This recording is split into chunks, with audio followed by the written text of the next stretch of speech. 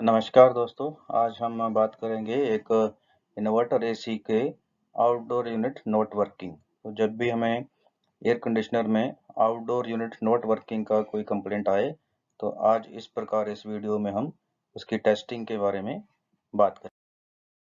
तो सबसे पहले कस्टमर से कुछ फीडबैक लेते हैं हम, फिर उससे कुछ क्वेश्चन पूछते हैं, फिर उस प्रश्नों के आधार पे हम उसके फॉल्ट फाइंडिंग जो है करेंगे। वो फॉल्ट फाइंडिंग इलेक्ट्रिकल हो सकती है, इलेक्ट्रॉनिक हो सकती है, मैकेनिकल हो सकती है, यूसेज से रिलेटेड हो सकता है, एनवायरनमेंट की वजह से हो सकता है। इन डिफेक्ट्स ढूंढने के बाद हम उसको स्टेप बाय स्टेप डायग्नोस करेंगे। कस्टमर का जो फीडबैक है वो हमें ये मिलता है कि आउटडोर नॉट वर्किंग, या फिर कई दफ़ा नो कूलिंग होता है, या फिर कई दफ़ा हमें कस्टमर ये बोलता है कि उसके ऊपर कुछ एरर आ रहा है। तो एरर जो है वो कंप्रेसर से रिलेटेड या आउटडोर फैन मोटर से रिलेटेड हो सकता है, जैसे कि यहाँ H3, E5, H5, P4, P5 ये सब एरर दिखे हैं। तो इसके अलावा F1, F2, F4 के एरर दिख सकते हैं। तो इसके अलावा मॉडल के हिसाब से अलग अलग मॉडल्स में अलग अलग तरह के एरर दिख सकते हैं। सबसे पहले हम क्वेश्चन कस्टमर से कि एसी कौन से मोड में चला रहे हैं। ये क्वेश्चन आप फोन पे भी पूछ सकते हैं, ये क्वेश्चन आप कस्टमर के घर पे भी जाने के बाद पूछ सकते हैं। उसके अलावा आउटडोर का फैन चलता है या नहीं चलता है, ये आप पूछ सकते हैं। इसके अलावा क्या एसी में कभी कभी कूलिंग होती है या नहीं, to confirm availability of refrigerant. तो इससे हमें ये पता चलेगा कि फ्रिज में गैस है या नहीं है। इज देयर एन एरर, तो एरर के बारे में पूछ सकते हैं, कभी कोई कस्टमर ने एरर नोटिस किया हो वहां पे। लाइट फ्लक्चुएशन के बारे में पूछ सकते हैं, ताकि हमें पता चले कि कंप्रेसर चालू है या बंद है।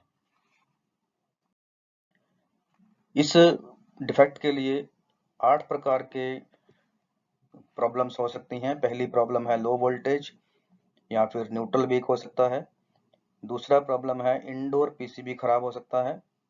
तीसरा प्रॉब्लम लूज कनेक्शन या रॉन्ग वायरिंग हो सकता है। चौथा प्रॉब्लम आउटडोर पीसीबी खराब हो सकता है। पांचवा रिएक्टर खराब हो सकता है। छठा defective outdoor unit fan motor हो सकती है। सातवां compressor electrical defect, overheating, jam, short, ground कुछ भी हो सकता है। और आठवां जो है कंप्रेसर मैकेनिकल डिफेक्ट, जिसमें हम जाम को कंसिडर करेंगे। तो ये 8 प्रकार के डिफेक्ट जो है इस फॉल्ट के लिए हो सकते हैं। इस डिफेक्ट को ढूंढने के लिए हमें एक स्क्रू ड्रायर की जरूरत पड़ेगी, एक मल्टीमीटर की जरूरत पड़ेगी और एक मैनिफोल्ड की जरूरत पड़ती है। सबसे पहले जब भी हम कस्टमर के घर पे जाएं तो उसका सॉकेट जरूर चेक करें। तो सॉकेट में फेस जो है वो राइट हैंड साइड पे आना चाहिए, न्यूट्रल जो है वो लेफ्ट साइड पे होना चाहिए और अर्थ वाला पॉइंट जो है वो ऊपर रहता है। सबसे पहले हम लाइन और न्यूट्रल में वोल्टेज चेक करते हैं। तो अगर हम मान लेते हैं कि यहाँ पे हमें 230 वोल्ट मिलता है, फिर हम लाइन और अर्थ में वोल्टेज चेक करेंगे तो यहाँ पे भी 230 मिलता है। और फिर हम अर्थ और न्यूट्रल में वोल्टेज चेक करेंगे तो वैसे तो यहाँ 0 वोल्ट होना चाहिए, बट 2 वोल्ट तक की छूट होती है। 2 वोल्ट तक वो सॉकेट जो है ठीक मानी जाती है। तो इसका मतलब ये पावर पॉइंट जो है ये बिल्कुल सही काम कर रहा है।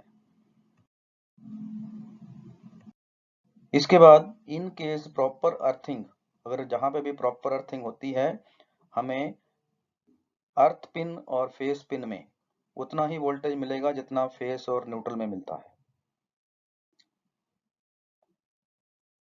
If we don't found some voltage as mentioned above, then it shows that earthing is weak. अगर ऊपर दिए गए ऐसे वोल्टेज हमें बराबर नहीं मिलता है तो इसका मतलब अर्थिंग या तो है नहीं या फिर प्रॉपर तरीके से नहीं की गई है।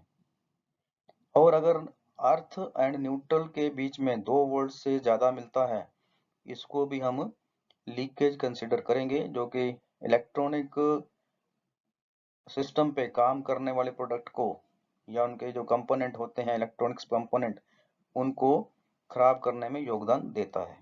तो इसलिए ये जो लीकेज वोल्टेज है हमें कस्टमर के घर पे नहीं मिलना चाहिए।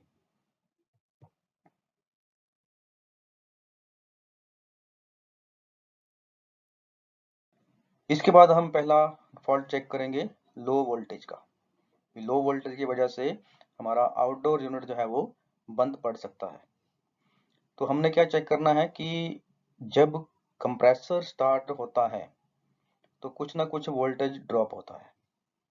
ये वोल्टेज ड्रॉप होने के बाद 180 से कम नहीं जाना चाहिए।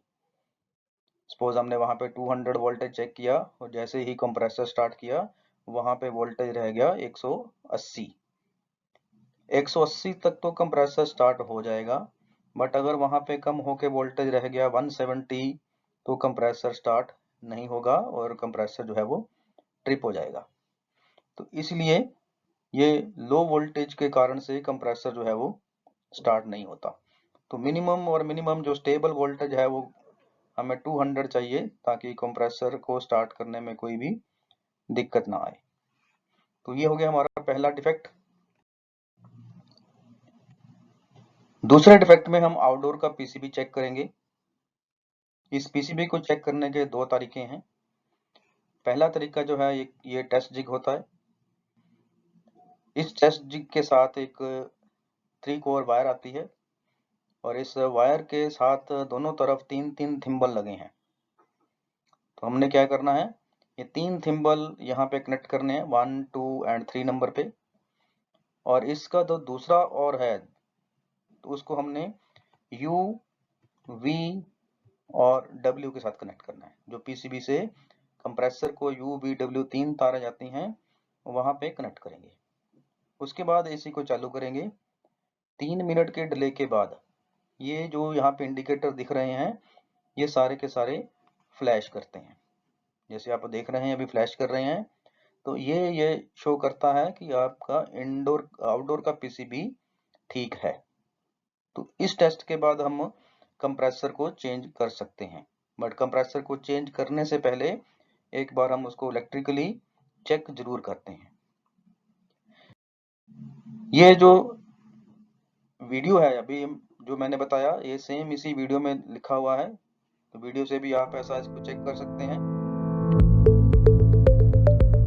ये आइटम कोड है इसका, इस आइटम कोड के अंदर ही आता है। तो आउटडोर का पीसीबी चेक करने के लिए इसको हम इस्तेमाल करते हैं।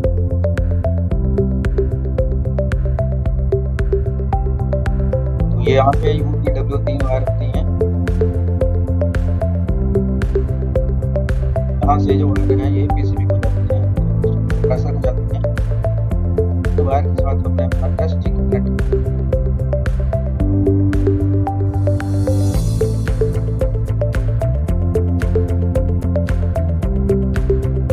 ऑल एलईडी क्लोज, और ऑल एलईडी क्लोज करते हैं इसका मतलब पीसीबी।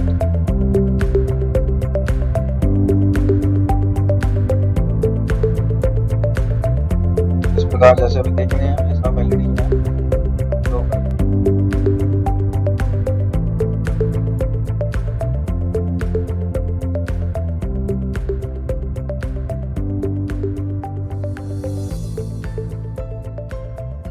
तो इस प्रकार से हम आउटडोर पीसीबी को चेक कर सकते हैं। दूसरा जो तरीका है वो है 3 बल्ब होल्डर और 3 बल्ब के साथ। अगर हमारे पास वो टेस्ट जिग नहीं है तो हम ये एक ऐसा टेस्टर बना सकते हैं जिसमें 15-15 वाट के 3 बल्ब लेंगे और होल्डर लेंगे। हर एक होल्डर में 2-2 वायर हम लगा देंगे और उसके बाद ये बल्ब 1 हो गया, बल्ब 2, बल्ब 3, एक एक वायर तीनों बल्ब से लेना है और तीनों को यहाँ पे ऐसे जोड़ देना है और ऊपर से टेप कर देना है। यहाँ पे हमने कोई सप्लाई नहीं देनी है। तो अब हमारे पास बची दूसरी छोर वाली 3 तारें। तो जो यहाँ पे 3 तारें हैं इसको हम कनेक्ट करेंगे पीसीबी के साथ। तो पीसीबी पे क्या कनेक्ट करना है, एक बल्ब की वायर को U पे कनेक्ट कर देना है, दूसरी वाली बल्ब की वायर को V पे कनेक्ट कर देना है, तीसरे वाले बल्ब की वायर को W से कनेक्ट करना है। तो कनेक्शन करने के बाद हम फिर से एसी को चालू करेंगे और ये 3 बल्ब जो हैं ये इकट्ठे जलेंगे।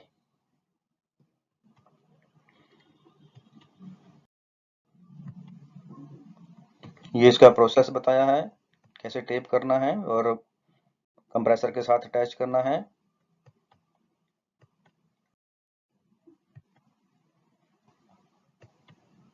ये पिन लगाते हुए दिखाया गया है। यहाँ पे देखिए बल्ब जल रहे हैं। तो 3 बल्ब इकट्ठे जलेंगे, 5 या 7 सेकंड जलते हैं, फिर ये बंद हो जाएंगे। अगर ऐसा हो रहा है तो इससे हमें ये मालूम पड़ता है कि पीसीबी ठीक है। अगर ये बल्ब जलते रहें तब भी पीसीबी खराब है, अगर ये बल्ब जले ही ना तब भी पीसीबी खराब है। तो इस प्रकार हमने ये चेक कर लिया कि पीसीबी कैसे टेस्ट कर सकते हैं।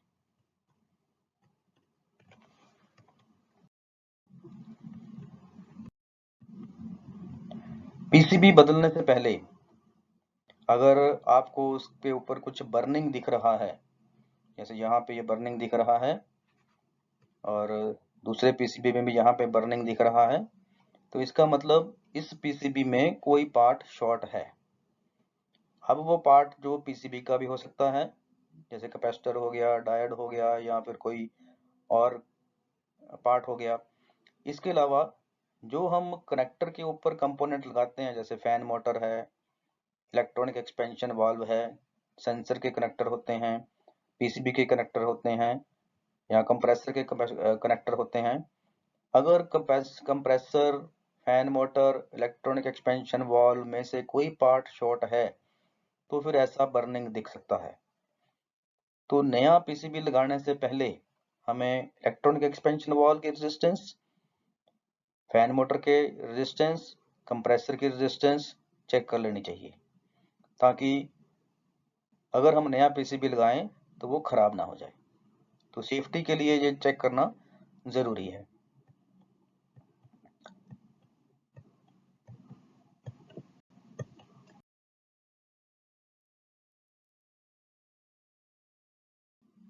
देन उसके बाद लूज कनेक्शन। तो लूज कनेक्शन होने की वजह से भी हमारा कंप्रेसर जो है वो चल नहीं पाता है, क्योंकि वहां पे वोल्टेज का ड्रॉप हो जाता है। तो जहां पे भी कंप्रेसर के टर्मिनल होते हैं, जहां पे भी कोई इलेक्ट्रिकल कनेक्शन होता है, वहां पे हम इसका लूज कनेक्शन को चेक करेंगे। तो लूज कनेक्शन होने की वजह से क्या होता है, हाई पावर कंजम्पशन। हालांकि ये थोड़ा मार्जिनल होता है, हमें इतना गौर से नहीं पता लगा पाते कि ये लूज कनेक्शन की वजह से है या वोल्टेज की वजह से है, बट फिर भी मार्जिनली पावर कंजम्पशन जो है वो बढ़ जाता है। देन टर्मिनल ओवरहीट होते हैं, देन उसकी वजह से स्पार्क होता है, देन कंप्रेसर रुक जाता है। इसकी वजह से इलेक्ट्रिकल शॉक भी आ सकता है, क्योंकि अगर कोई वायर लूज हुआ और वो कंप्रेसर की बॉडी या एसी की बॉडी से टच कर गया तो वहां फिर शॉक भी आ सकता है। या फिर इंटरमिटेंट फेलियर हो सकता है, यानी कि आहिस्ता आहिस्ता आहिस्ता खराब होना। इसको चेक करना बड़ा आसान है, विजुअल इंस्पेक्शन है, पहले तो अपनी आंखों से देख सकते हैं हम, या फिर फर्मनेस चेक करेंगे, वो कितनी मजबूती से वो ज्वाइंट जो है वो लगा हुआ है, उसकी फर्मनेस चेक करेंगे। फिर वायर्स की रेजिस्टेंस चेक कर सकते हैं। फिर check the joint between wire. कई बार हम इंडोर से आउटडोर के बीच में जो वायर डालते हैं उसके बीच में ज्वाइंट होता है, तो ज्वाइंट की वजह से भी ये लूज कनेक्शन हो सकता है, तो इसलिए वो ज्वाइंट जरूर चेक करेंगे। और lastly proper size of connector. तो अगर हम कनेक्टर का प्रॉपर साइज या अंडर साइज यूज नहीं करते हैं तब भी लूज कनेक्शन की प्रॉब्लम जो है आती है। तो सबसे पहले तो हम इसको नॉज प्लायर की सहायता से वायर को थोड़ा सा हिला के देखते हैं। तो अगर वो वायर लूज लगती है, हिलती है, तो उसको हम टाइट करते हैं।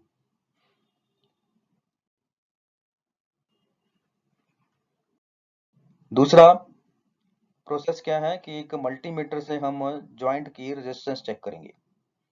जो अच्छा जॉइंट होता है, गुड कनेक्टर, वहां हमें ये रेजिस्टेंस वैल्यू 0 मिलती है, यानी कंटिन्यूटी आ जाएगी।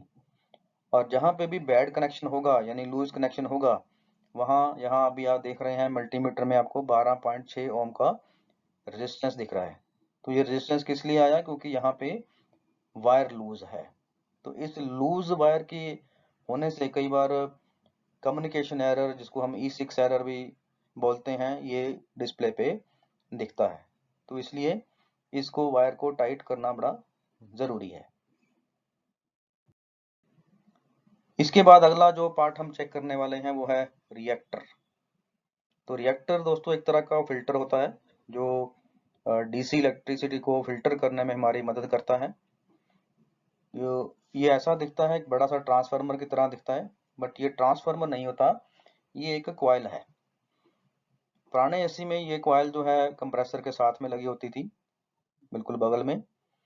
अभी जो कुछ मॉडल आते हैं जिसमें ये कॉइल जो है पीसीबी के अंदर है।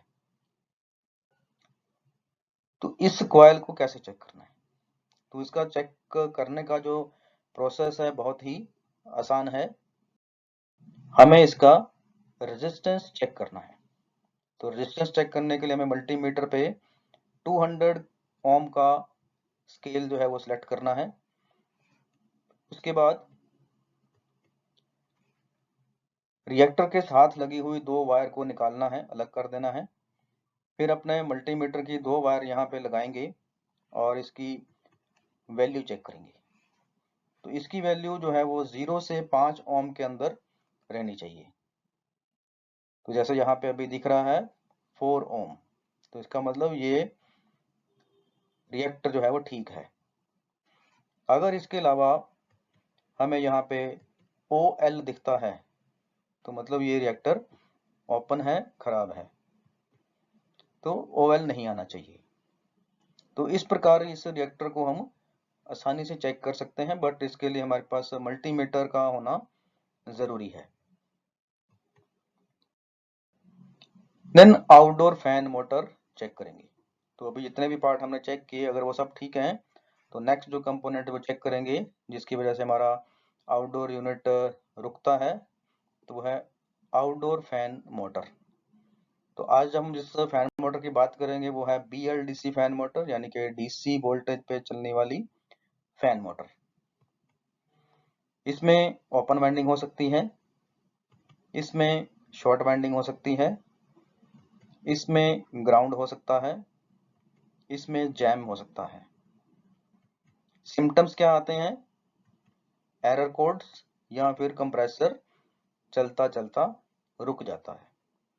तो ये कुछ एरर होते हैं जिसकी वजह से आउटडोर का कंप्रेसर जो है वो चलते चलते रुकता है। तो सबसे पहले हम क्या करेंगे, जितनी भी डीसी फैन मोटर होती हैं उनमें 5 वायर वाला एक जैक लगा होता है। हालांकि जैक जो होता है 7 पिन का होता है, 7 पिन लगाने की जगह होती है, बट वायर उसमें सिर्फ 5 इस्तेमाल होती हैं, जिसमें से एक वायर ब्लैक कलर की होती है, रेड कलर की होती है, व्हाइट कलर की होगी, येलो कलर की होगी और ब्लू होगी। तो सबसे पहले हमने इसमें ग्राउंड वायर को पता लगाना होता है। तो उसके लिए यहाँ पे आप अगर इसका वायरिंग देखते हैं मोटर के ऊपर तो यहाँ से आपको पता चल सकता है, नहीं तो 99% केस में ब्लैक वायर जो जैक के अंदर होती है वो ग्राउंड वायर होती है। तो इस ग्राउंड वायर के साथ बाकी जो 4 वायर बच गई उनकी हमें रेजिस्टेंस वैल्यू चेक करनी है, क्योंकि इस मोटर को हम वोल्टेज नहीं दे सकते, डायरेक्ट वोल्टेज नहीं दे सकते, चला के नहीं देख सकते। तो इसका सिर्फ हम रेजिस्टेंस जो है वो टेस्ट करेंगे।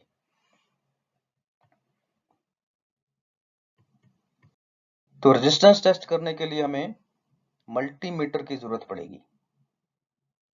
तो मल्टीमीटर में आपके मेगा ओम का स्केल, यानी जहाँ पे M लिखा हो वो वाला स्केल, एंड दूसरा किलो ओम वाला स्केल, यानी कि K वाला स्केल होना चाहिए। कई मीटर ऑटोमेटिक होते हैं तो उसके अंदर हमें ये स्केल अलग से देखने को नहीं मिलती है।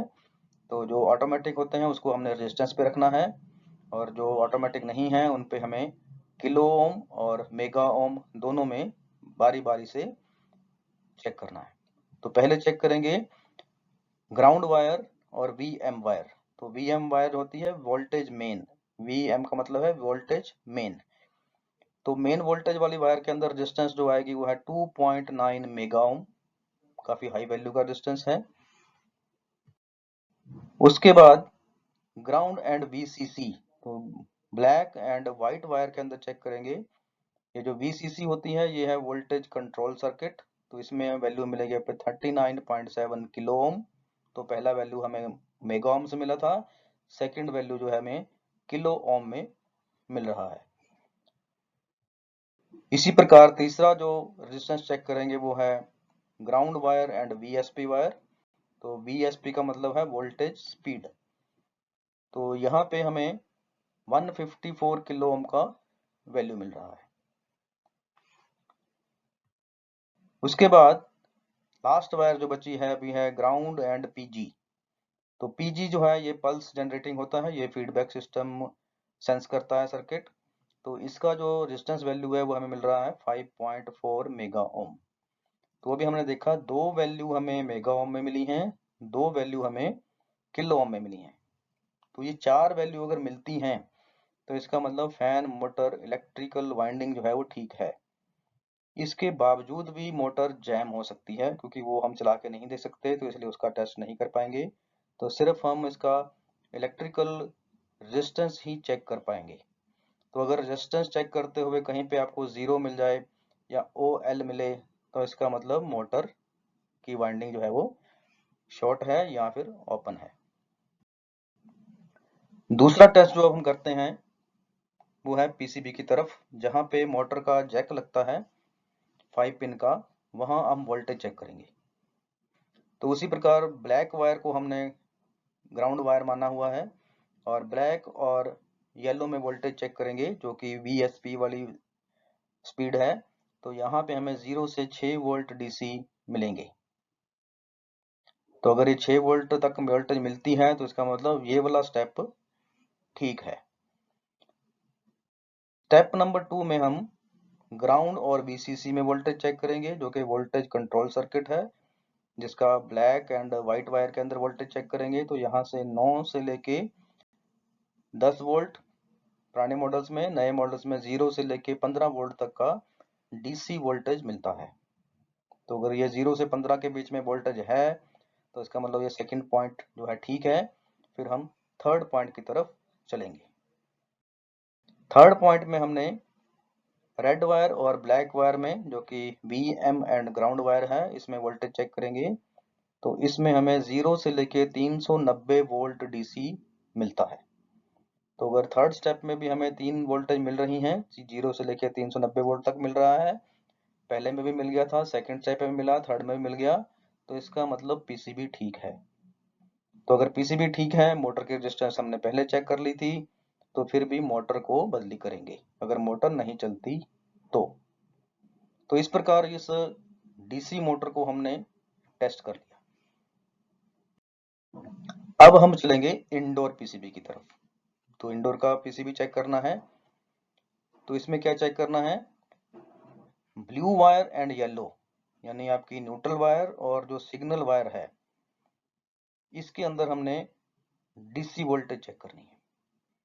तो यहाँ पे हमें 7 से लेके 19 वोल्ट फ्लक्चुएटिंग मिलते हैं और मिलने चाहिए। तो अगर ये फ्लक्चुएटिंग वोल्टेज नहीं है, इसकी जगह पे हमें 0 मिलता है और कांस्टेंट है, ना कम हो रहा है ना ज्यादा हो रहा है, बट एक 0 पे ही टिका हुआ है, तो इसका मतलब indoor PCB is defective. Indoor का PCB फिर हम बदली करेंगे। और अगर यहाँ पे हमें 22 वोल्ट मिलता है और कांस्टेंट है, कम ज्यादा नहीं हो रहा है, तो AC जो है कम्युनिकेशन का एरर शो करता है। इस केस में हम आउटडोर PCB को बदली करेंगे। तो इस प्रकार हमने इंडोर PCB भी चेक कर लिया।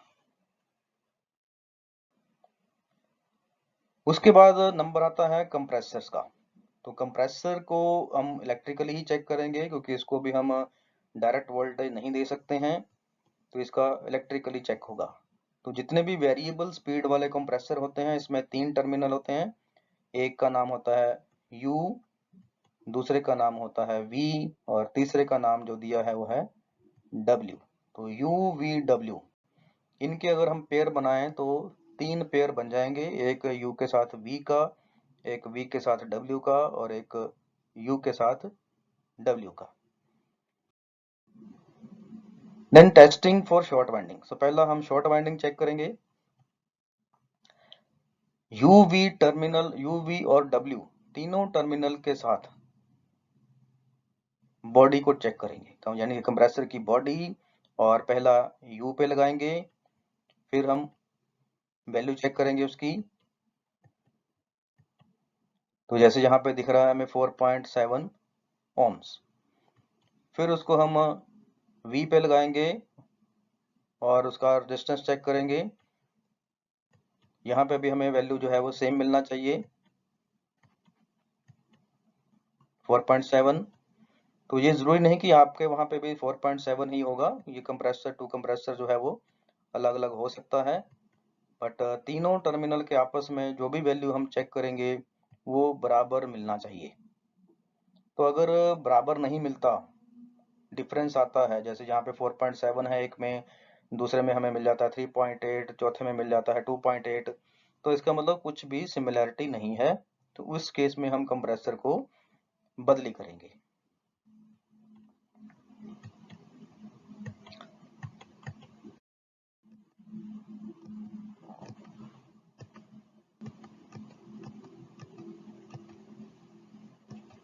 जैसे यहाँ पे हमें 3.2 मिल रहा है,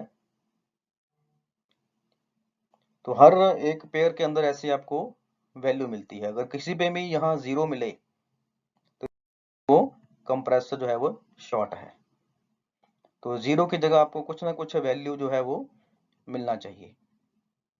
तो इस प्रकार हमने शॉर्ट वाइंडिंग का चेक कर लिया। अब हम चेक करेंगे ओपन वाइंडिंग के लिए। तो प्रोसेस सेम रहेगा वैसा ही जैसा अभी हमने पहले देखा, बट यहाँ पे डिफरेंस क्या आएगा कि 0 की जगह हमें OL दिखाई देगा। तो अगर OL किसी भी पेयर में मिलता है तो इसका मतलब कंप्रेसर की वाइंडिंग ओपन है। तो इस केस में हम सीधा कंप्रेसर बदली कर सकते हैं। यहाँ पे जैसे OL दिख रहा है तो इसका मतलब इस टर्मिनल के बीच की जो वाइंडिंग है वो टूटी हुई है, ब्रेक है।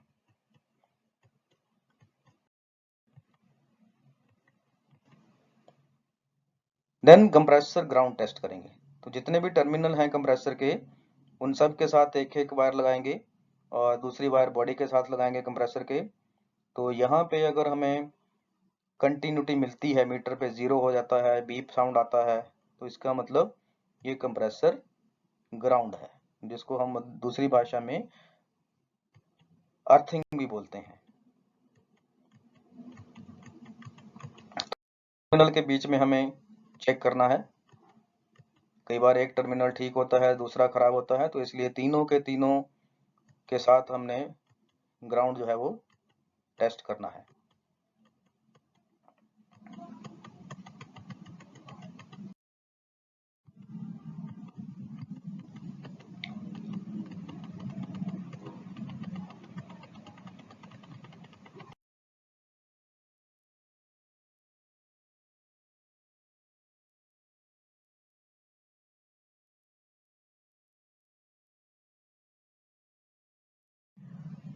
तो कहीं पे भी हमें रेजिस्टेंस वैल्यू जो है ग्राउंड मिलती है तो कंप्रेसर को हम चेंज करेंगे।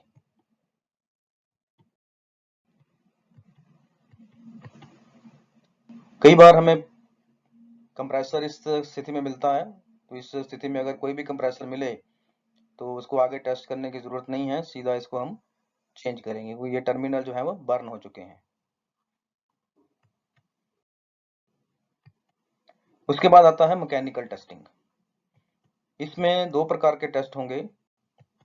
पहला टेस्ट जो है वो है एम्पेयर रीडिंग, दूसरा टेस्ट जो है वो है प्रेशर टेस्टिंग, तो जिसको हम बैक प्रेशर भी बोलते हैं।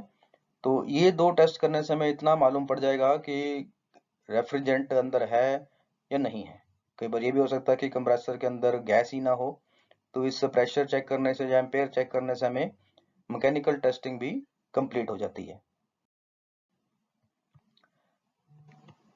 और लास्टली कंप्रेसर जैम।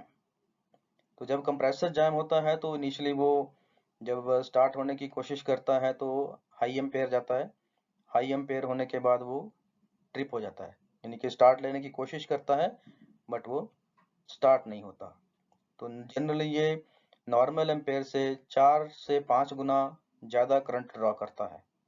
अगर नॉर्मल एसी जो है वो 5 एम्पेयर पे चल रहा है, तो जब जाम हो जाएगा तो वो 25 से 30 एम्पेयर के बीच में करंट ड्रॉ करता है। तो उसकी वजह से वो जो OLP होता है उसका वो ट्रिप कर देता है और कंप्रेसर रुक जाता है। ऐसा कंडीशन है तो हम कंप्रेसर को बदली करते हैं। Thank you.